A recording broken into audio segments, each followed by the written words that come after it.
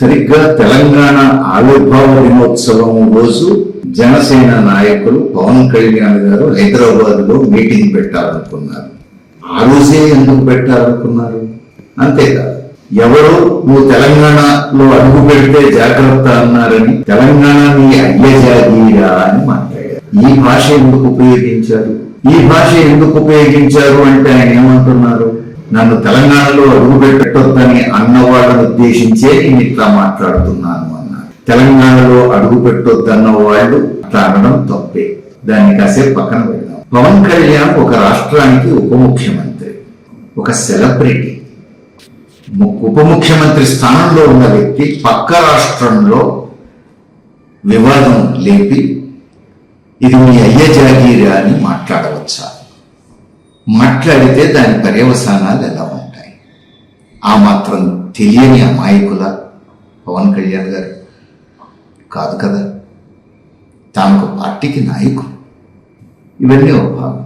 వారు అసలు తెలంగాణలో మీటింగ్ పెట్టుకోవచ్చా లేదా అని అంటే పవన్ కళ్యాణ్ అంటే ఎవరైనా పెట్టుకోవచ్చు. భారతదేశ పౌరులు ఎవరైనా ఏ రాష్ట్రంలోనైనా సమావేశాలు పెట్టుకోవచ్చు, సభలు జరుపుకోవచ్చు, రాజకీయాలు నడపవచ్చు, వ్యాపారాలు చేసుకోవచ్చు, ఉద్యోగాలు చేయొచ్చు.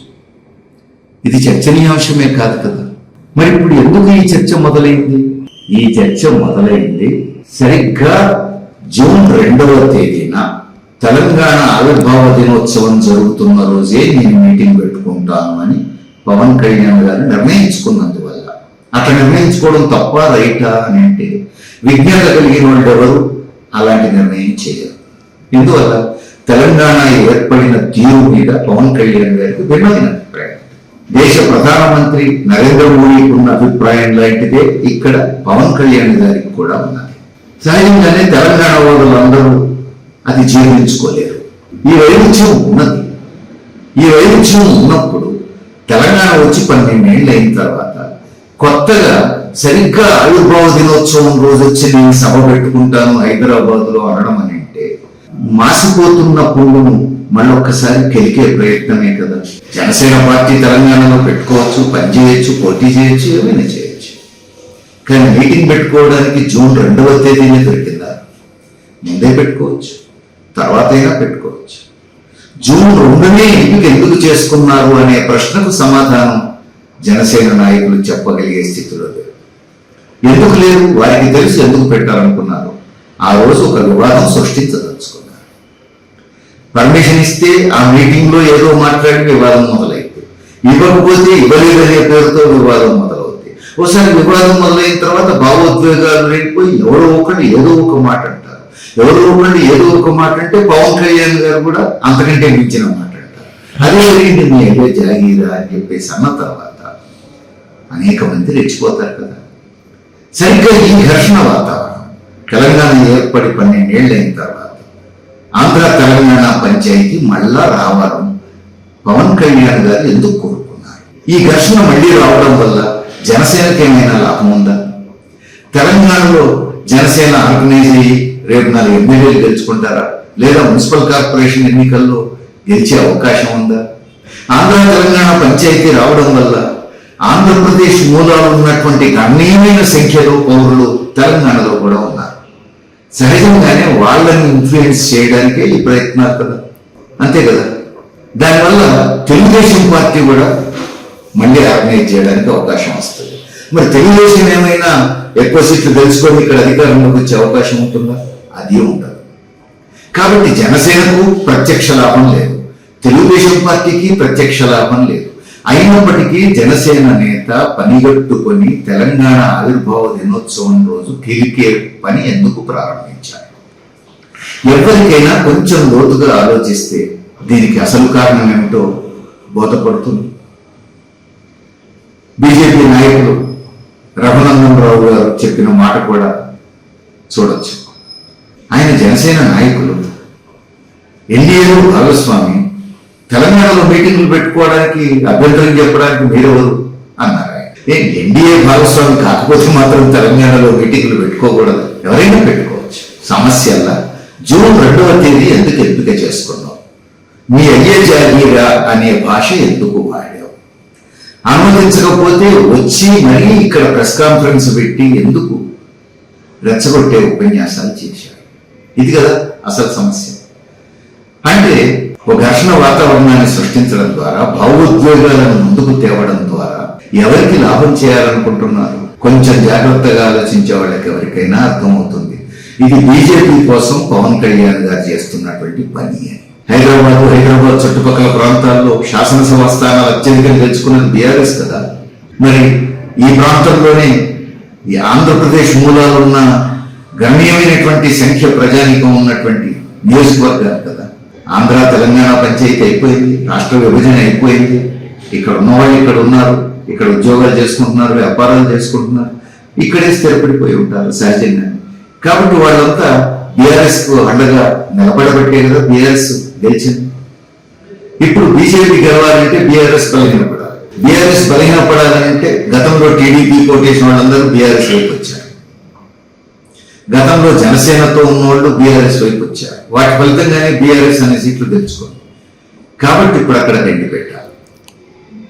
ఇప్పుడు ఆంధ్ర తెలంగాణ పంచాయతీ ముందుకు తేవడం ద్వారా, బీఆర్ఎస్ ను బలహీనపరచడం ద్వారా కాంగ్రెస్ వర్సెస్ బీజేపీ అనే వాతావరణం తేవాలి అనేది బీజేపీ ఎత్తుగడ. మరి బీజేపీ అంత తెలివితక్కువదా? ప్రధానమంత్రి మోడీ అంత అమాయకులా? కాదు. వాళ్ళ చేతికి మట్టంటకుండానే జరిగే పనులన్నీ జరిగినట్టు చూస్తారు. అదే ఇప్పుడు జరుగుతుంది. వారి చేతికి ఇంత కూడా మట్టంటకుండా కాగా పనులు అందరూ చేసినట్టు పవన్ కళ్యాణ్ ను పాచికగా వాడి ఈరోజు ఈ ఘర్షణకు అవకాశం ఇచ్చారు. ఈ ఘర్షణ ఎంత పెరిగితే అంత లాభపడేది బీజేపీ అనేది వాళ్ళ అంచనా. తెలంగాణ ప్రజలు అంత అమాయకంగా ఉన్నారు. తెలంగాణ ప్రజల దూరదృష్టిని, రాజకీయ పరిజ్ఞానాన్ని అంత తక్కువ అంచనా వేస్తే అది పప్పులో కాలేసినట్టే. ఇప్పుడు పవన్ కళ్యాణ్ గారు ఆలోచించుకోవాలి. ఈ రాష్ట్రంలో వచ్చి తాను చిచ్చు పెట్టడం, బీజేపీకి అవసరమైన ఎజెండాను తన భుజాన ఎత్తుకోవటం, ఇది తెలంగాణ ప్రజల ప్రయోజనాలకు హాని చేస్తుంది. అందుకని ఇప్పటికైనా జనసేన నాయకత్వం పునరాలోచించుకోవాలి. బీజేపీ ఎజెండాను తన భుజానికి ఎత్తుకొని తెలంగాణ ప్రజలకు హాని తలపెట్టొద్దు. చంద్రబాబు నాయుడు గారు కూడా ఉచిత సలహా ఇస్తున్నారు. జనసేన నాయకత్వం పట్ల తెలంగాణలో కొంతమంది హార్ష్ గా మాట్లాడుతున్నారు, రావద్దంటున్నారు, ఇది సరైంది కాదు, అంతా భారతీయులమని సూత్రాలు చెప్తున్నారు. మరి ఈ ఉచిత సలహాలు తమ మంత్రివర్గంలో ఉప ముఖ్యమంత్రిగా ఉన్న పవన్ కళ్యాణ్ గారికి కూడా ఎందుకు చెప్పట్లేదు? చంద్రబాబు నాయుడు గారు చెప్పారు కదా పవన్ కళ్యాణ్ గారికి కూడా, ఏమయ్యా ఉన్నట్టుండి పోయి తెలంగాణ ఆవిర్భావ దినోత్సవం రోజైనా అక్కడ మీటింగ్ పెట్టాలా, ఎందుకు ఈ పని చేస్తున్నావు అని అడగాలి కదా. ఎవరో నిన్నేదో మాట అన్నారు అన్నంత మాత్రాన నువ్వు నీ అయ్యజాగిరి అని మాట్లాడతావా? ఎవరైనా తెలంగాణ నుంచి ఆంధ్రప్రదేశ్కి వచ్చి ఆంధ్రప్రదేశ్లో ఉన్న వాళ్ళను ఆంధ్రప్రదేశ్ నీ అయ్యజాగిరా అంటే ఆంధ్రప్రదేశ్ ప్రజలు ఎట్లా స్పందిస్తారు? నువ్వు ఒక రాష్ట్రానికి ఉప ముఖ్యమంత్రిగా ఉన్న వ్యక్తివి, సెలబ్రిటీ, పక్క రాష్ట్రానికి పోయి అట్లా మాట్లాడడం సరైంది కాదు అని చెప్పాలి కదా. అనుభవజ్ఞుడైన చంద్రబాబు నాయుడు గారు పవన్ కళ్యాణ్ చెప్పాలి కదా. పవన్ కళ్యాణ్ రాజకీయ అనుభవం లేకపోవచ్చు, మరి చంద్రబాబు నాయుడు గారు ఉన్నారు చెప్పాలి కదా. వారు కూడా పవన్ కళ్యాణ్ సలహాలు ఇవ్వట్లేదు, తెలంగాణలో ఆగ్రహించిన వాళ్ళకి సలహాలు ఇస్తున్నారు. ఇద్దరికి ఇవ్వాలి కదా. అసలు విషయం అది కాదు. చంద్రబాబు నాయుడు గారు, తెలుగుదేశం పార్టీ కూడా ఇప్పుడు ఆంధ్రప్రదేశ్ లో బీజేపీకి కావాల్సిన అన్ని చేసి పెడుతున్నారు. ఇప్పుడు పవన్ కళ్యాణ్ గారికి మరొక బాధ్యత అప్పచెప్పినట్టున్నారు. తెలంగాణలో కూడా బీజేపీకి కావాల్సిన పనులు చేసి పెట్టే బాధ్యత అప్పచెప్పినట్టున్నారు. ఇప్పుడు ఆ బాధ్యత నెరవేర్చే పని పవన్ కళ్యాణ్ గారు ప్రారంభించినట్టు కనపడుతుంది.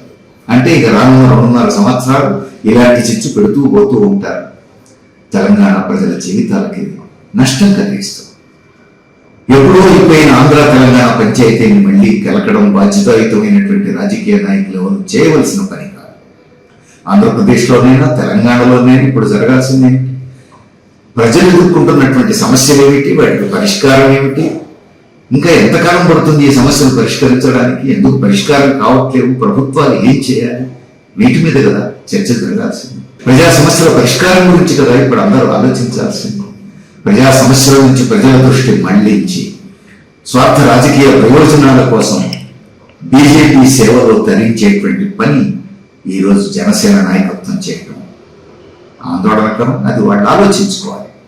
చరిత్రలో వాళ్ళు ఏ పేరు మీద నిలబడదలుచుకున్నారు, చరిత్రలో జనసేన పేరు స్థానం ఎక్కడ ఉండాలి, వారు ఆలోచించుకోవాల్సిన విషయం.